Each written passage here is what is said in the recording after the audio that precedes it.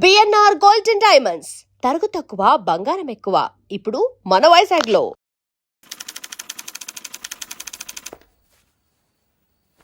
ఈ కేసులో మనం కొన్ని విషయాలు వదిలేసామయ్యా. 10:30కి శివారెడ్డి మీటింగ్ వచ్చాడు. 10:45కి డయాస్ మీద ఉన్నాడు. కాదు సార్, 11:10కి డయాస్ మీదకి వచ్చి స్పీచ్ స్టార్ట్ చేశాడు. తర్వాత sir 1 second sir.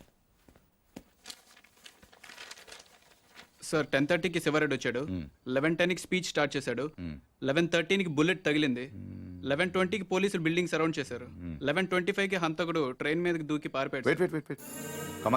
Sir 11:10కి speech start చేస్తే 11:13కి బుల్లెట్ తగిలింది. 11:20కి పోలీసులు బిల్డింగ్ సరౌండ్ చేశారు. 11:25కి హంతకుడు ట్రైన్ మీద దూకి పారిపోయాడు. షూట్ చేసిన వాడు అంత రిస్క్ తీసుకుని ప్లాట్ఫామ్ మీదకి ఎందుకు దూకాడు? రోడ్ మీద వెళ్ళొచ్చుగా. అప్పటికే బిల్డింగ్ చుట్టూ పోలీసులు ఉన్నారు సార్. నో 11:13కి కాలిస్తే 11:20కి పోలీసులు వచ్చారు. అంటే మధ్యలో 7 minutes ఉంది. వాడు బిల్డింగ్ కిందకొచ్చి కాఫీ తాగు మరీ వెళ్ళొచ్చు. కరెక్టే సార్, కానీ అదే టైంకి రోడ్డు మీద పెద్ద యాక్సిడెంట్ జరిగింది సార్. రవి? అవును సార్, యాక్సిడెంట్ అయింది. ఎక్కడ?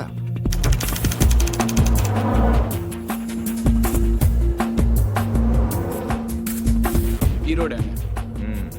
ఈ సందులో నుంచి సార్ పెట్రోల్ ట్యాంకర్ వచ్చి యూటర్న్ చేసిన కార్ను గుద్దేసింది. బండా వెనక్కి పోనీ. స్టాప్.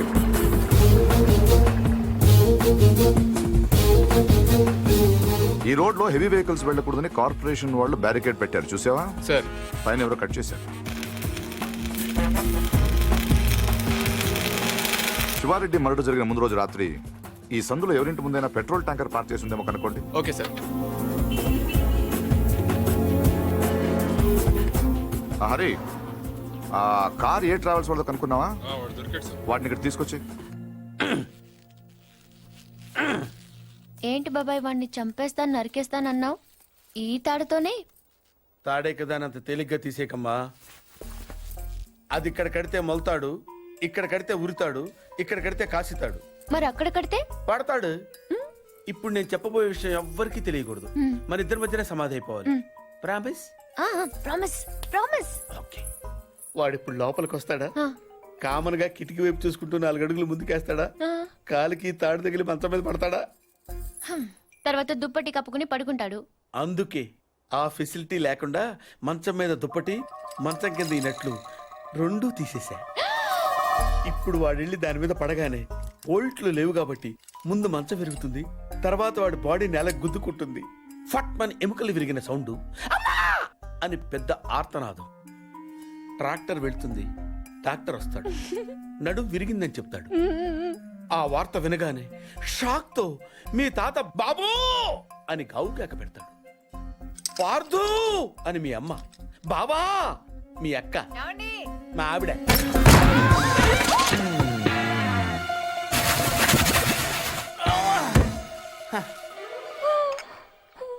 మా ఆయనేడే ఇప్పుడు కిందకెళ్ళాడు పిన్ని. అబ్బా ఈయన ఒక్క చోట ఉండడు కదా, చంపేస్తున్నాడు అనుకో. మీ బాబాయ్ ఎక్కడైనా చూసావా? లేదు పిన్ని. గట్టిగా దూసిందేంటి? ఈయన ఎక్కడా? ఎందుకే కిటికీలు బార్లా తెరుస్తారు? దోమలు వచ్చేస్తాయని చెప్తే అర్థం కదా? మాట అంటే లెక్కలేదు. కింద లేడే, అందుకే వచ్చాను. వెళ్తున్నాడు పిన్ని. అబ్బా మళ్ళీ వెళ్తున్నారా? ఏమండి, ఎప్పటి నుంచి వెతుకుతున్నానో వేడి కాఫీ, సాసరు కూడా ఉంది.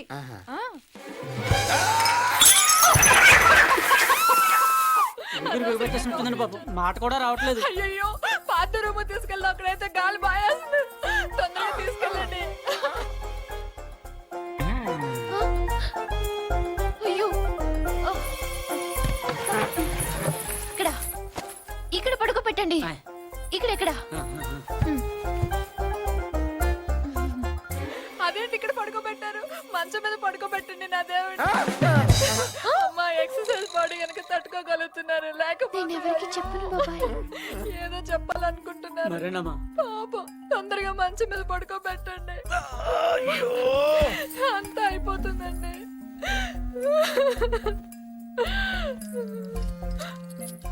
ఏంటండి ఇవి ఎక్కడవి? ఈ మంచానివే పిన్ని.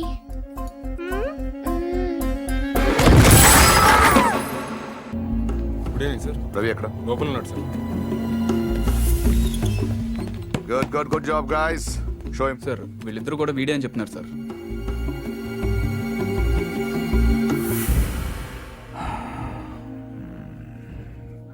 పెట్రోల్ ట్యాంకర్ పార్క్ చేసిన వాడు, కార్ అద్దెకి తీసుకున్నవాడు ఇద్దరు ఒకరేనా? Printed.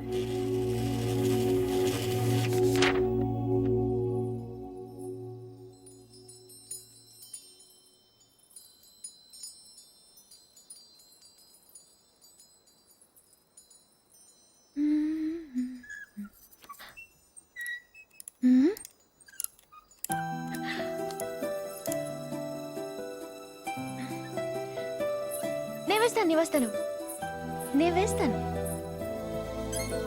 Good night. Good night.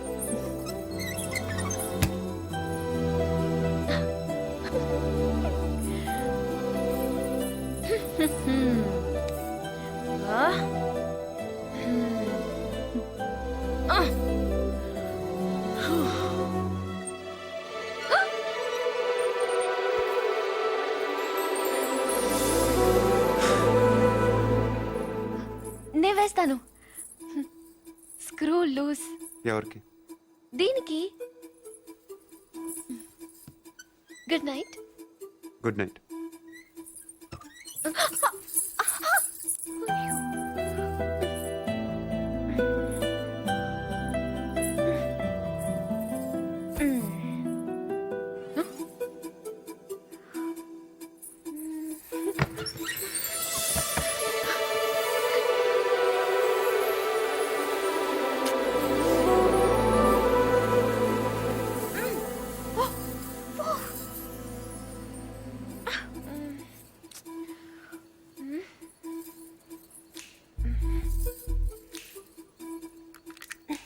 నువ్వే తెరవచ్చు కదా, ఎందుకు నన్ను చంపుతాను?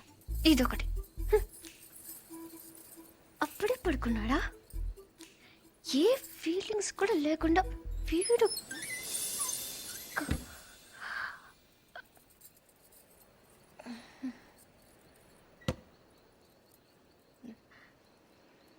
ఏదో చప్పుడైనట్టు అనిపిస్తేనో.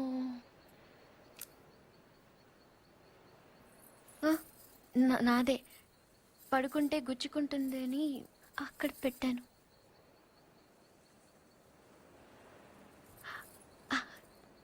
గాలి రావట్లేదని.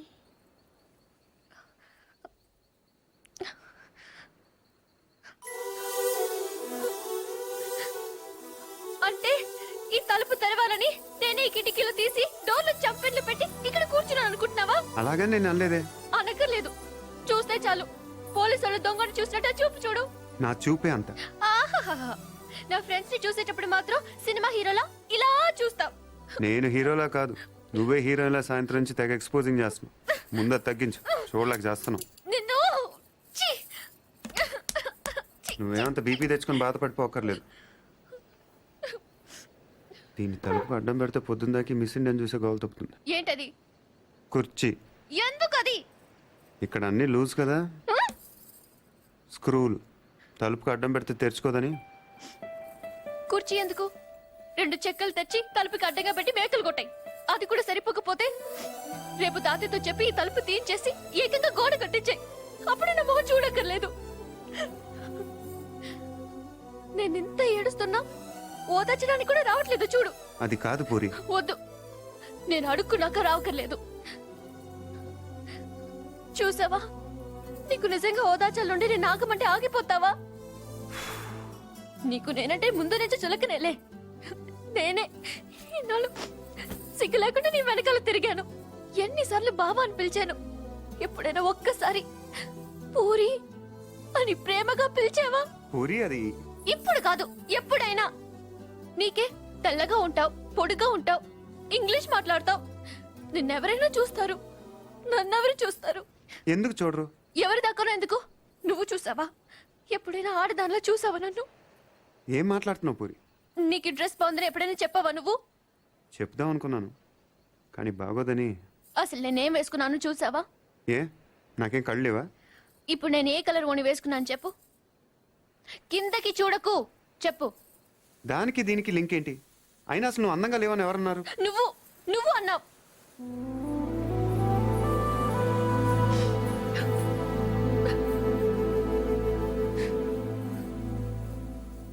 పూరి అప్పుడేదో అప్పుడేదో సరదా కన్నానని అబద్ధం చెప్పొద్దు. సరదా కానలేదు, నిజంగానే అన్నాను. నువ్వు ఇంత అందంగా ఉంటావు నాకు అప్పుడు తెలీదు. నేను అప్పుడు ఎలా ఉన్నానో ఇప్పుడు అలానే ఉన్నాను. కానీ నేను లేను.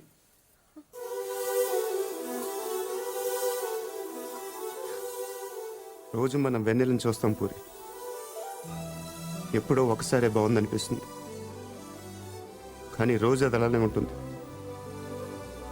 తేడా అక్కడ లేదు, ఇక్కడ ఉంది. అర్థం కాలేదా? నేనెవడో చూశాడని కదా గోడ బద్దలు కొట్టింది. ఆ రోజు నేను ముట్టుకుంటాను కదా వాడిని. బుజ్జి బుజ్జి, ఆ బుజ్జి గాని కొట్టింది. ఇంకెలా చెప్పను? నేను అందరిలా కాదు పూరి, నాకు బతకటం రాదు. ఇప్పుడిప్పుడే నేర్చుకుంటున్నాను. ఇంకా అర్థం కాలేదా? నువ్వు ఆ తలుపు దగ్గర కూర్చొని ఎందుకు తెరుచుకోవట్లేదని చూస్తున్నావు. నేను అదే తలుపు కవతల నుంచొని ఎప్పుడు తెరుచుకుంటుందని చూస్తున్నావు. అంతే తేడా మన ఇద్దరికి.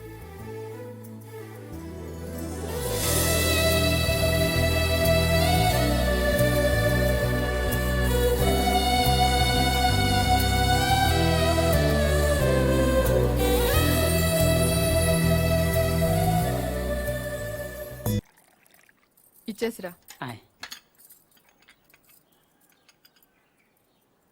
ఎవరికి? ఎవరో పొలం కొనడానికి వచ్చారు. మనం పొలం అమ్ముతున్నావా?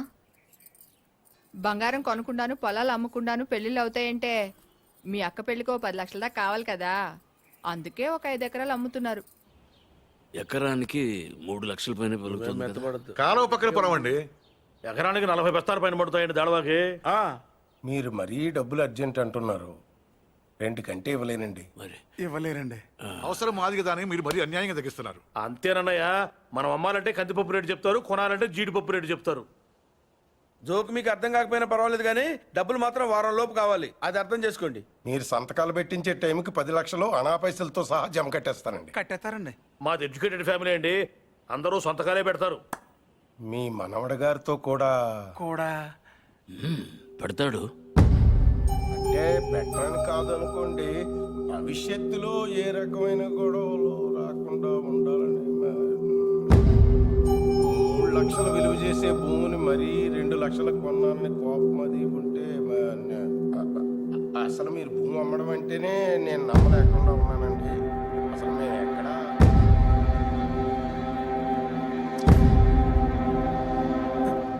స్టాంప్ పేపర్ కొన్నారా?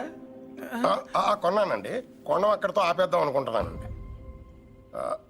నన్ను వదిలేని మూర్తి గారు, నేను మీ పొలం కొనలేను. కొనలేరండి. ఏమైందండి? నేను నచ్చలేదో, నేను చెప్పిన రేట్ నచ్చలేదో వారి మనవడి గారికి ఈ పొలం అమ్మడం ఇష్టం లేనట్టుందండి. నన్ను వదిలేయండి సార్. వస్తానండి. వస్తామండి. నీకు ఇష్టం లేకపోతే ముందే చెప్పొచ్చుగా, వాళ్ళ ముందు మా పరువు తీయాలా? ఇంకా ఎందుకనయ్యా నిల్చొని చూస్తున్నావు? వీడింట్లో ఉండగా పిల్లల పెళ్లిళ్ళు కాదు కదా, పుట్టినరోజులు కూడా జరగనివ్వడు. పార్థు వచ్చాడని పండగ చేశారు కదా, ఈ ఇంట్లో అదే ఆఖరి శుభకార్యం. మన వాడు కానప్పుడు మనవడైతే ఏంటి, తొక్క ఎవడైతే ఏంటి.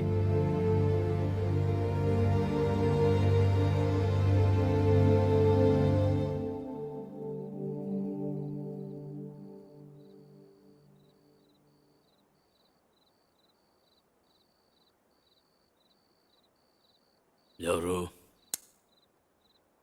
పార్థు.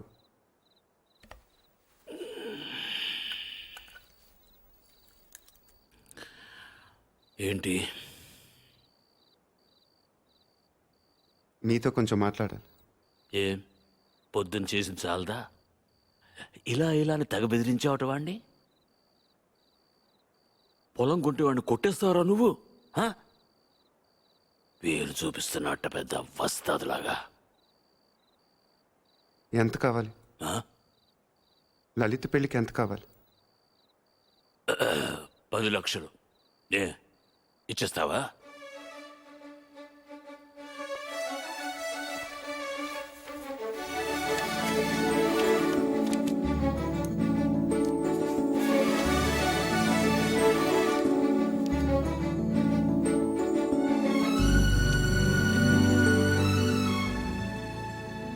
అప్పటిదాకా మీరు పోగొట్టుకొని చాలుతుంది. పొలం కూడా పోగొట్టుకోవటం నాకు ఇష్టం లేదు.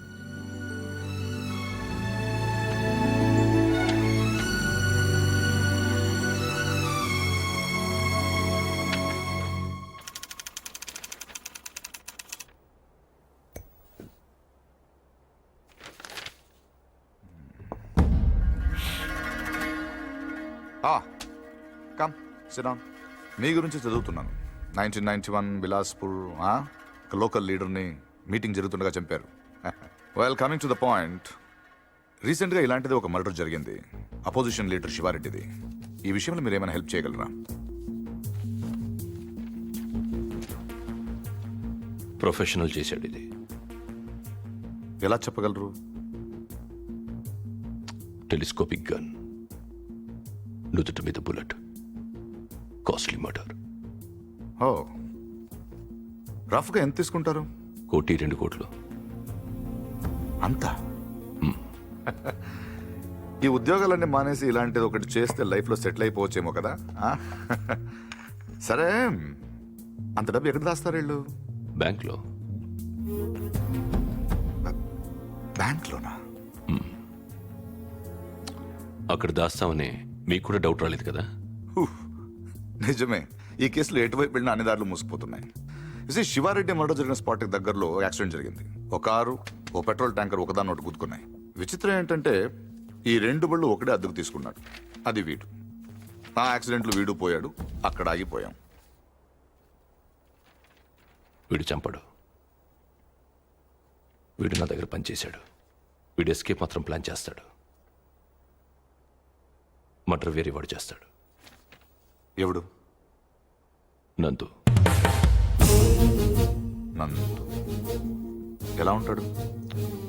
పొడుగ్గా ఉంటాడు. కళ్ళు ఎలా ఉంటాయి? వేటకెళ్ళేప్పుడు పులి కళ్ళు ఎలా ఉంటాయో అలా ఉంటాయి. కోపంగా, సూటిగా. వాడు మీకు దొరకడు.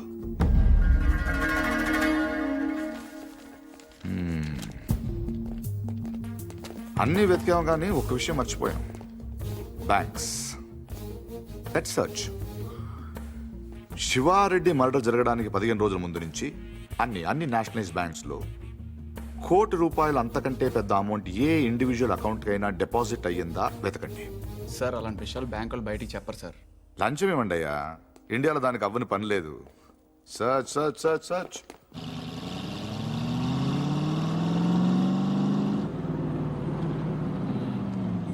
ఫ్రెండ్లీకి ₹1,00,000 లోన్ కావాలంటే ఏం చేయాలండి? ముందు పాత లోన్ తీర్చాలి. అది తీర్చడానికి లోను. పూర్తిగా ఎలా వచ్చారంటే? నా మనవడు పార్థు. తిరిగి వచ్చేట్టు కదా, తెలిసింది. చాలా సంతోషం. వాడు చెక్ ఇచ్చాడు. నేను తణుకు మంజీరా బ్యాంక్ నుంచి మాట్లాడుతున్నాను. అకౌంట్ నెంబర్ 791849 నాకు ఒక చెక్ వచ్చింది. కస్టమర్ నాకు బాగా తెలిసిన ఆయన. బ్యాలెన్స్ మీరు ఒకసారి చెక్ చేసి చెప్తే నేను క్యాష్ పే చేస్తాను, తర్వాత మనం చూసుకుందాం. సో బ్యాంకింగ్ అవర్స్ ఎప్పుడు వరకు అండి? Ravi, sir morning sir. Good morning. Bank బాగుంది కదా సార్? అమ్మాయి కూడా బాగానే ఉంది సార్. వాళ్ళు లోపల ఉన్నారు sir. Hello sir, name Nandagopal sir. Account number 791849 sir. Last 2 years నుంచి అకౌంట్ ఆపరేట్ చేస్తున్నాడు సార్. ఇప్పుడు వాటి ఇంట్రడ్యూస్ చేసిన వాటి డీటెయిల్స్ ఏమైనా ఉంది? రికార్డ్స్ లో ఉన్న అడ్రస్ ఎంక్వైరీ చేస్తే రాంగ్ అడ్రస్ అని తెలిసింది సార్. ప్రస్తుతం ఎంత ఉంది అకౌంట్లో? 1 crore ఉంది సార్. ఇది రీసెంట్ ట్రాన్సాక్షన్స్ ఏమైనా? మొన్నే 10 లక్షలు వేరే బ్యాంక్ ట్రాన్స్ఫర్ అయింది సార్. ఎక్కడికి? తణుకు మంజీరా బ్యాంక్. పేరేంటి? ప్రసాద్. మీ పేరు కదా? నందగోపాల్ సార్. ఆఫీస్ కా సార్? తణుకు.